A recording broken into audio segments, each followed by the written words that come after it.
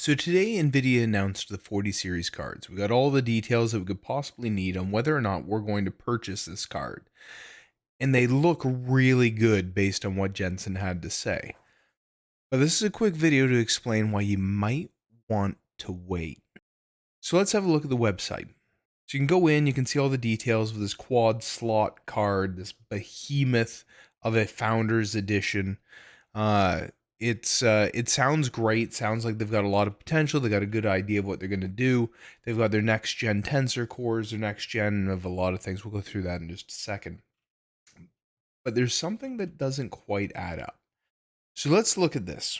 Right here, what we see is that we have the Cyberpunk 2077. Let's focus on that one for right now because they provide us the information that's going to be critical. Right here, they're showing over a 4x gain. Like, we're talking huge gains over the 30 series cards. That's what they're trying to sell you on. But are they as fast as they're suggesting? And I don't think so. I think this is a little bit of marketing hype. What we need is your hardware unboxed, your Jared Tech, to get in there and actually benchmark these before we start putting our money out. Remember, we're not in the crypto boom anymore. That's done. Ethereum is done. Nobody's mining. You'll be able to get these cards. They've been banking these chips in warehouses for months, trying to offload all the 30 series that they could on us. So we don't need to rush. We can sit here and we can see exactly how well these are going to perform. Do they measure up to what Jensen's saying? All right, so the first point going through the website, I love Portal.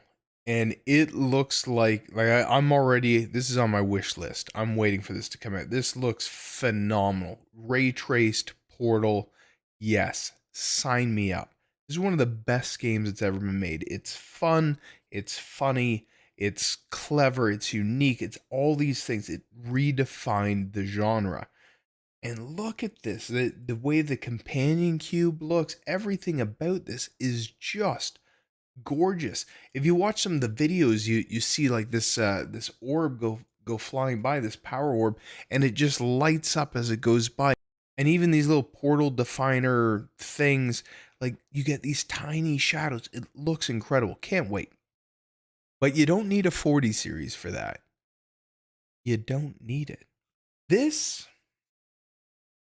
is where I get concerned. This right here, this video that's meant to sell us, this video that's on their website is why I'm now questioning everything that we were told today, because it sounded like this is going to be huge. This is going to redefine graphics cards again. Like what 30 series did for 20 series is going to be a whole other level, a whole other tier. But is it? So there's some critical things here. What we're looking here, if we look at this, we take the 85 frames per second we're seeing here, we divide it by the 22. This, not even opening the video, we're looking at a 3.8x gain.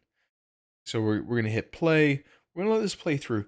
I've seen in this anywhere from about, the 3.8, 4.5, maybe a 4 to 5x gain. But that looks great. But if you go back here, right off the hop, do you see it? DLSS off, ray trace on. DLSS 3, ray trace on. Well, there's a DLS 2. Now, it's important to note, DLS 3, they're not currently putting on the 30 series, which is a bit questionable. It's a way to try and market this. They're trying to segment DLSS 3 as something you have to pay for, but DLSS 2, that works on everything that came before it, basically up to a point.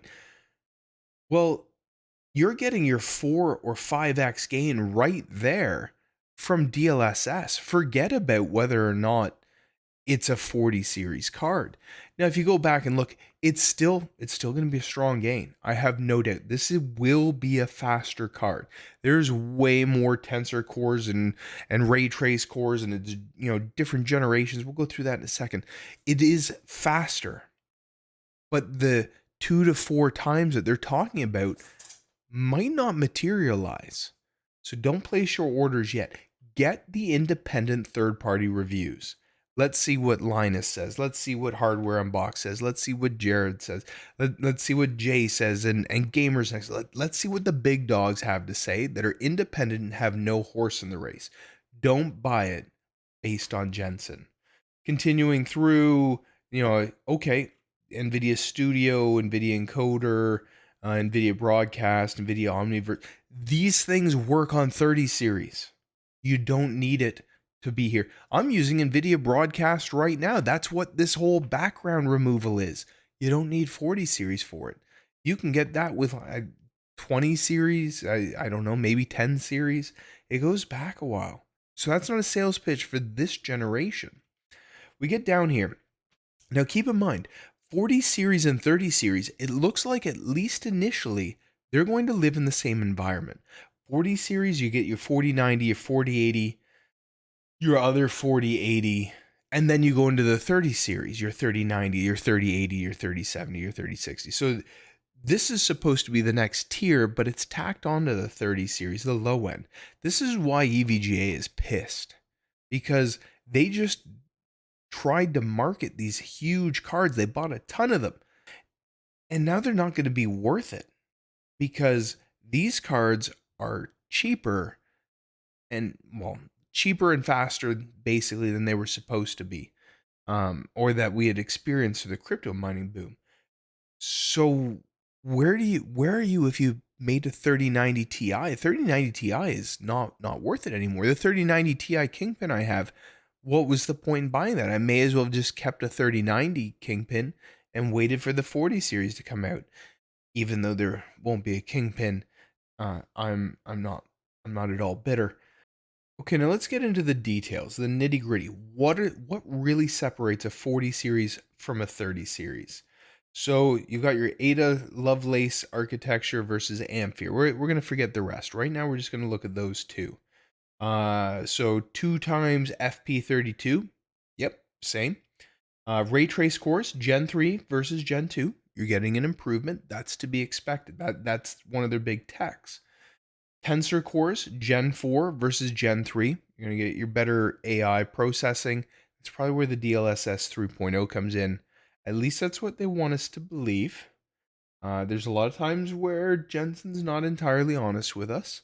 DLSS 3 versus DLSS 2. Okay, we get into the platform. Reflex, same. Broadcast, same. GeForce Experience, same. Game Ready drivers, same. NVIDIA Studio drivers, same. Shadowplay, same. Highlights, same. Ansel, same. Freestyle, same. VR Ready, same. NVIDIA Omniverse. Anyway, NVIDIA Omniverse, same.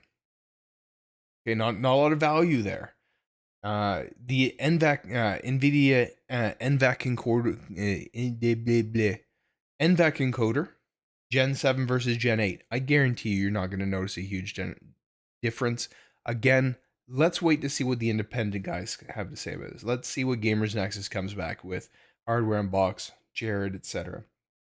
Decoder, Gen 5, Gen 5. AV1, interesting. I'm looking forward to seeing this. Intel apparently had that going on theirs. That's probably why this is there. It's an open source. Shouldn't be hard to add. They could probably add it on to the 30 series if they wanted to. CUDA capability. 8.6 versus 8.9. Okay. Doesn't sound like a lot. Maybe it is. Decimals can be misleading. DX12, of course, is going to have DirectX 12. HDMI and DisplayPort, of course. So again, you're not seeing revolutionary things. It sounds like there may be. And maybe after we see independent review, it will be proven that Jensen, as always, is right. But right now, it looks like it might be a little bit of marketing. So don't order today. You don't have to. It's not the crypto mining boom. Let's see what the independent reviewers have, and let's buy accordingly. And realistically, those great deals on 30 series, if you bought a 3090, a 3090 Ti, a 3080 Ti, a 3080, you bought into what Jay's 2 cents was saying, he was right. It was a great time to buy, because if you bought a 3090 Ti a month ago and you saved $900, well, you don't lose frames, and you've had it for that month.